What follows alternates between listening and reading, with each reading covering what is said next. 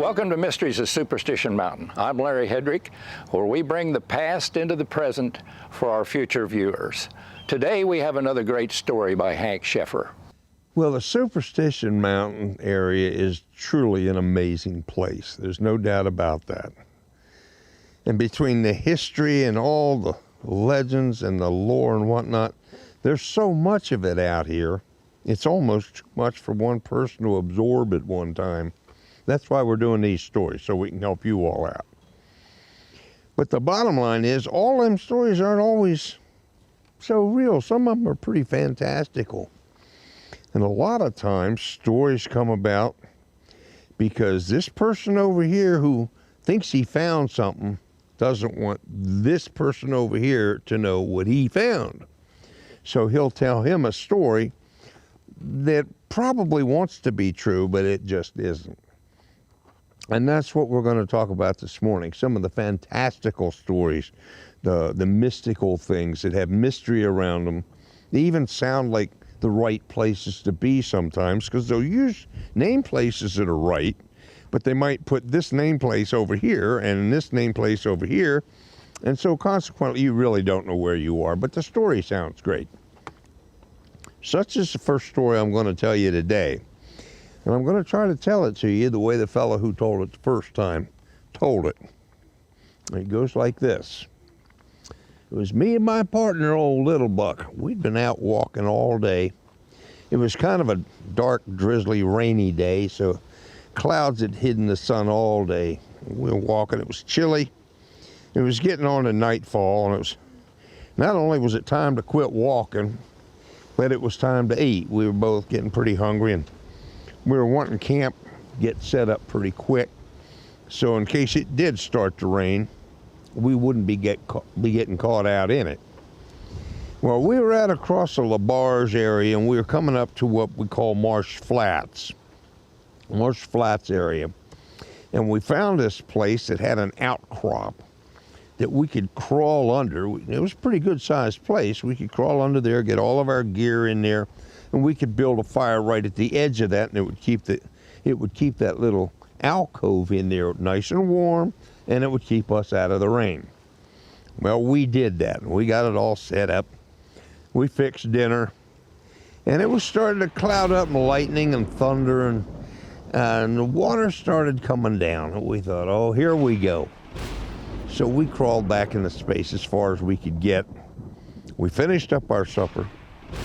We put the pans up for the time being because we weren't going out in the rain to wash dishes. That's a little silly. So we just kind of scooched back up in there, and figured it was time to get some shut-eye. And that's just what we did. Well, we were sitting there, and the thunder and lightning was so loud. Now, Little Buck, he didn't care. This guy could sleep through anything, I swear. He was just over there snoring and carrying on and making as much racket as the thunderstorm was. Me, I was having a terrible time getting to sleep. But finally, I started dozing off, and I just about gotten to that point where I was asleep. And up sits Little Buck. He just sits up, and it just dragged me right back into reality, I guess. And he said, "Did you see that?" And I said, "See what?" I said, "I'm asleep. I'm trying to get to sleep." He says, "No, it was right over there." And I'm looking over there. He says, "There's a woman over there behind the bushes." Well, I'm going to tell you, I personally have been in and out of this desert for a long time, and I ain't found no women behind no bushes any time. It never happens that way. It might in the books, but it doesn't happen that way. But I looked over there where Buck was pointing, and sure enough, there was a woman out there floating about 10 feet off the ground. She was just sitting there kind of eerie and floating in and out of focus to us. And I'm looking, and I'm just about figured out what I'm looking at here. And Little Buck fires off around at the thing, and that about jerked me right off the ground.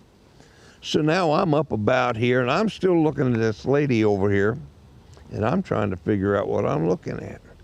He says, "That lady's over there." I said, "That can't be a lady over there. It's got to be a ghost or something."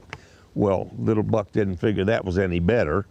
So we're still sitting there, and the thunder and the lightning is just going on. And the only time we can really see her is when the lightning flashes. So we're just kind of scooting ourselves back in that little alcove as far as we can get, hoping she's not going to come our way. Well, the lightning and the thunder started to subside. It was a little bit quieter, and the only thing that was happening was the dripping rain. And we looked out over there, and she was gone. She was just plumb gone. And we looked and we watched, and we couldn't see anything. So we stoked the fire up a little bit, and we figured maybe putting a pot of coffee together would be a good idea. And we'd stay awake and keep vigil just in case she came back. Well, little Buck, we got the fire built, and we had a cup of coffee. Little Buck, he's off, he's snoring again, he's carrying on. And me, I'm sitting there just watching every place I can watch. What little lightning there was would light up, and every saguaro that lit up looked like a great big giant out there with their arms up in the air. And you start seeing all sorts of funny things.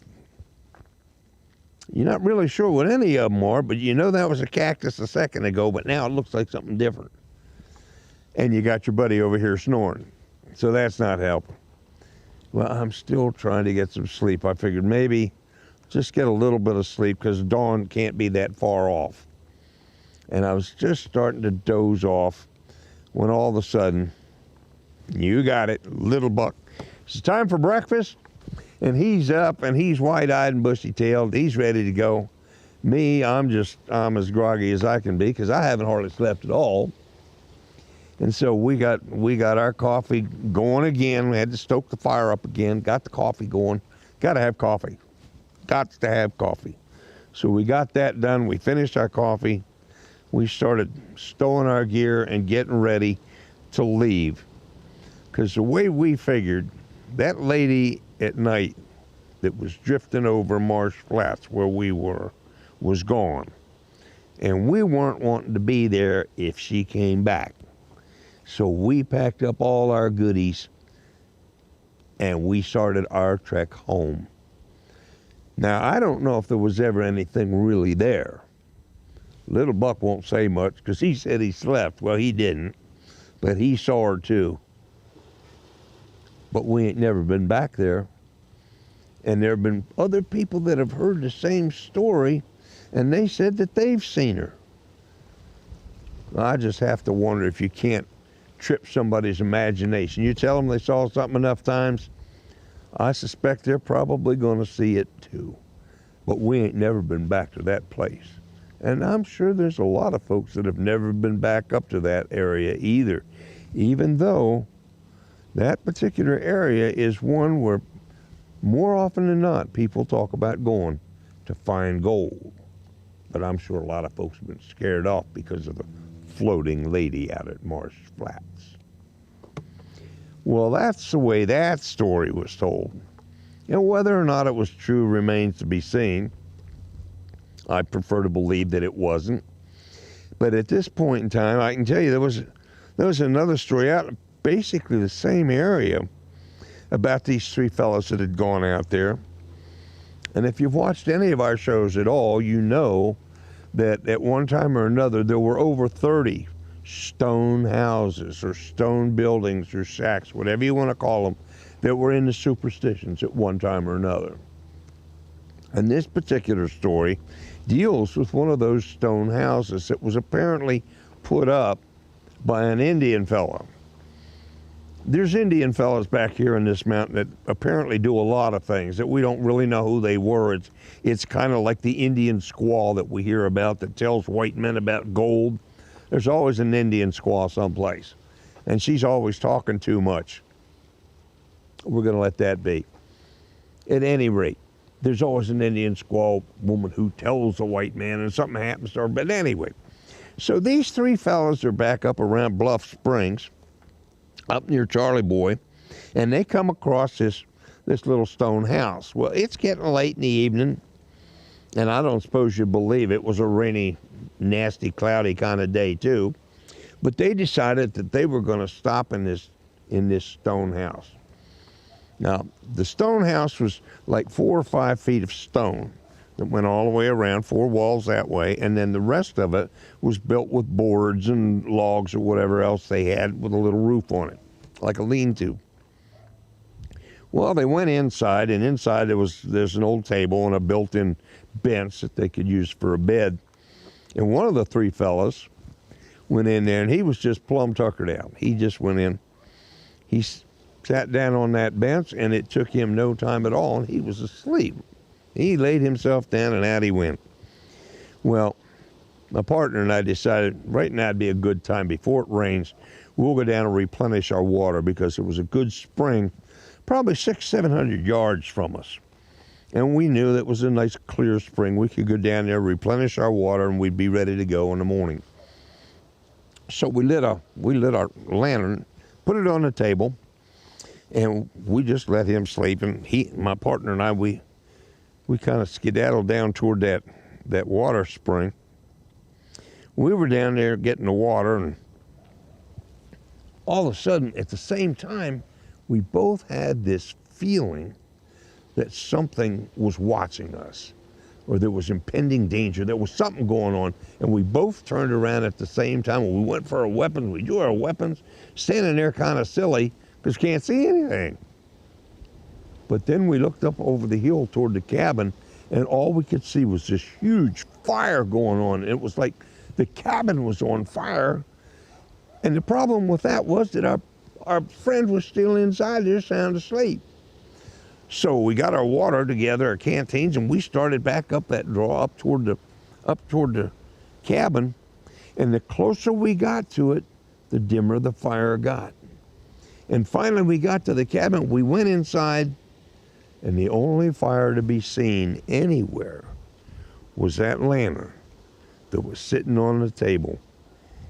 And our friend was still over on that bench, sound asleep. It was just, as the title of the story goes, it was the enigma in the stone house. So we really don't know what happened. But we didn't spend a lot of time there either. We got up the next morning and we left. We've never been back to that stone house either. But now, as I said earlier, if you've watched any of our episodes before, you're going to find that a lot of the clues that went to gold out in the Charlie Boy area, Charlie Boy Springs, out at the Green Flats or the Green Springs, which was also the Marsh Flats area, you'll find that these clues always mention gold. Even Jacob Walsh's clues talked about this same area, so that this area was probably the most walked over area in the Superstition Mountains besides Weaver's Needle. We'll hear a little bit about that too. But those are 2 stories that I remember right offhand. The Superstition Mountain is full of them. There are mystical happenings.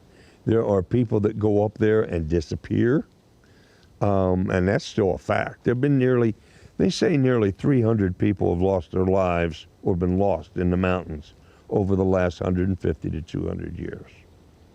And that's about all I can say about that, other than figuring out what happened to those people was just another one of those mysteries of the Superstition Mountain. Thank you for watching this episode of Mysteries of the Superstition Mountains.